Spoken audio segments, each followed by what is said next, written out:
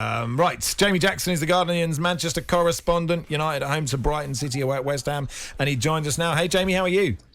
I'm very well, thank you, gentlemen. How are you two? Very good. Do you choose which game you go to, or do you just stay at home every time? Yeah, it's the home option, unless both. One of them plays at Everton or something like that. So it's the local area. I don't get, I don't really have a passport out of the sort of northwest. No. Why not? Eh? So let's start then with Man United. 2:00 kickoff against Brighton. What have you made of Eric Ten Hag and just everything that is and isn't happening at Old Trafford? Yeah, what a good question. Well, so Eric Ten Hag, I make of him. He's authoritarian. He's disciplinarian. He likes to play, as he calls it, sort of proactive football. I've sort of watched 2 full training sessions on tour, so get an idea of how he coaches them. This Ronaldo thing, the latest part of the soap opera, him leaving here early, actually, because I'm in Old Trafford now last Sunday, is not what he needs. And it'll be interesting to see, because with Martial obviously being injured, all right, he's not done any pre-season apart from the last 2 weeks, and he's played 45 minutes of that game I mentioned here last Sunday. So does he start him, or does he think, well, not only has he not had any of that preparation, he walks out on the team, and so why should I pick him? So that's an interesting one. He may go for Rashford through the middle, but the Ronaldo thing, I think, I don't know this for sure, but privately, it's probably a headache he could do with Ronaldo leaving for all sorts of reasons. But where can he go?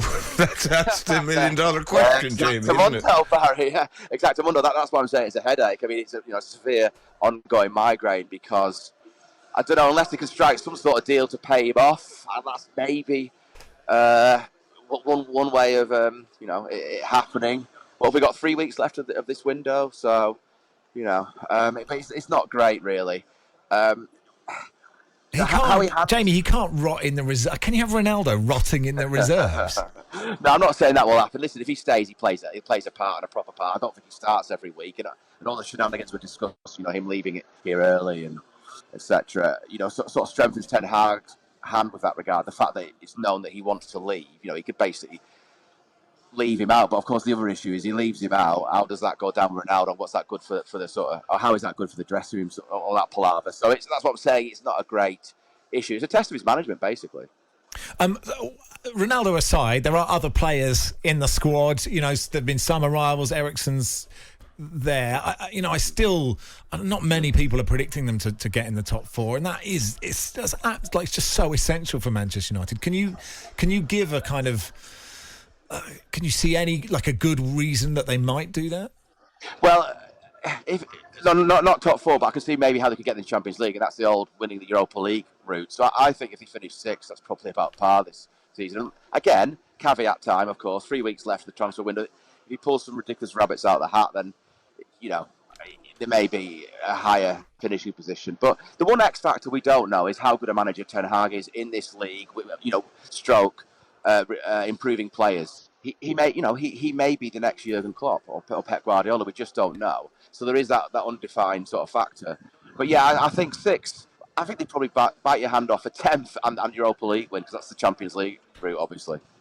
Jamie, who do you see starting in the centre back positions for Manchester United? I think in the end it'll be Varane and Martinez. I think he retained Maguire as the captaincy, because at that moment when he had to do it, why would he not? Because he just harm the players' confidence, Maguire's confidence, and etc. etc. I think that's probably who he wants to start. I mean, Varane just can't stay fit. He talked about him, I think, in today's papers, saying he's been building himself up. I think that's an educated guess. And Maguire and Lindelof, could compete for places, and you never know. Maguire is a good player. Let's have that correct, but he just makes too many mistakes. He had such a shaky season last term that I don't think Ten Hag's in the business of countenancing that. So yeah, that would be my pick in a perfect world. All things being equal, that they're all fit and sort of match fit and playing well. I think it's those two. It feels like, again, Manchester United fans need to be patient, and that is tricky when.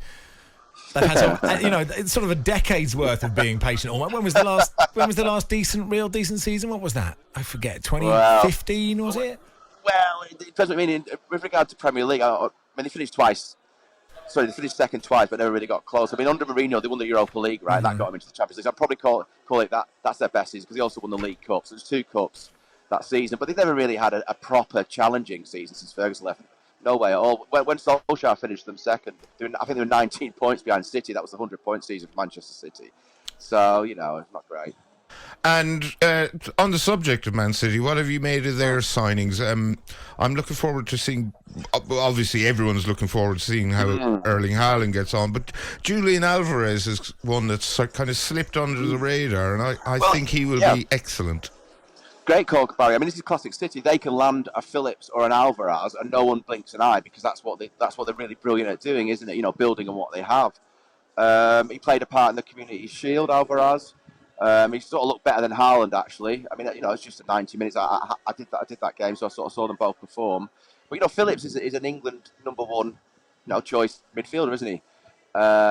Didn't feature in that game I mentioned, the Community Shield. So, all's rosy in their garden. I mean, Sterling going is interesting because he does. Everyone says, he misses lots of chances. He does, but he also scores quite a few Premier League goals. He's often always in double figures and high double figures sometimes, 17, 18. That's a lot. If it's not your main striker, that's what you need, basically. So can Jack Grealish, who's basically, it's his left-hand side berth to lose, in the team this season, can he actually score? I don't know, was it 1 or 2 Premier League goals last season? He has to get into double figures, really. That's what he's replacing. Haaland's performance in the Community Shield was funny, wasn't it? Well, that miss was... You know the one I mean, the point blank one where it was probably easier to score. I think he clipped the bar, but fair play to him. He had a little chuckle to himself afterwards. And these things can happen. If you just look at the weight of numbers of goals, the ratio, since he left Mulder basically and went to Salzburg, I think it was. It's phenomenal. I think it gives them a new dimension. I mean, Gundogan said it. Ilkay Gundogan today. We finally have a striker who can sort of win those duels in the air. So. I cannot see any scenario where he bombs and it turns into a nightmare signing just because he happened to miss a very, very good chance of the Community Shield. But let's wait and see sort of thing because he has to prove it again in this league. It is a little bit of an unknown. I don't want to ham up or exaggerate our league as it's some sort of amazing test for everyone. But, it is a different league for him to sort of prove himself. Yeah, I mean, he was the subject of a lot of ridicule at the end of that game. But I thought, the miss aside, he played quite well. He was... making the runs in behind, which is why they need him, why they want him, and his teammates weren't picking him out. And will be interesting to see how long it takes for them to sort of get on his wavelength. Yeah, no, I agree with that. I'm pretty sure because I made something of it in the match report that when they scored it was because City scored it. It's because he dropped off the front as Guardiola would like and linked the play, and that created the goal. So.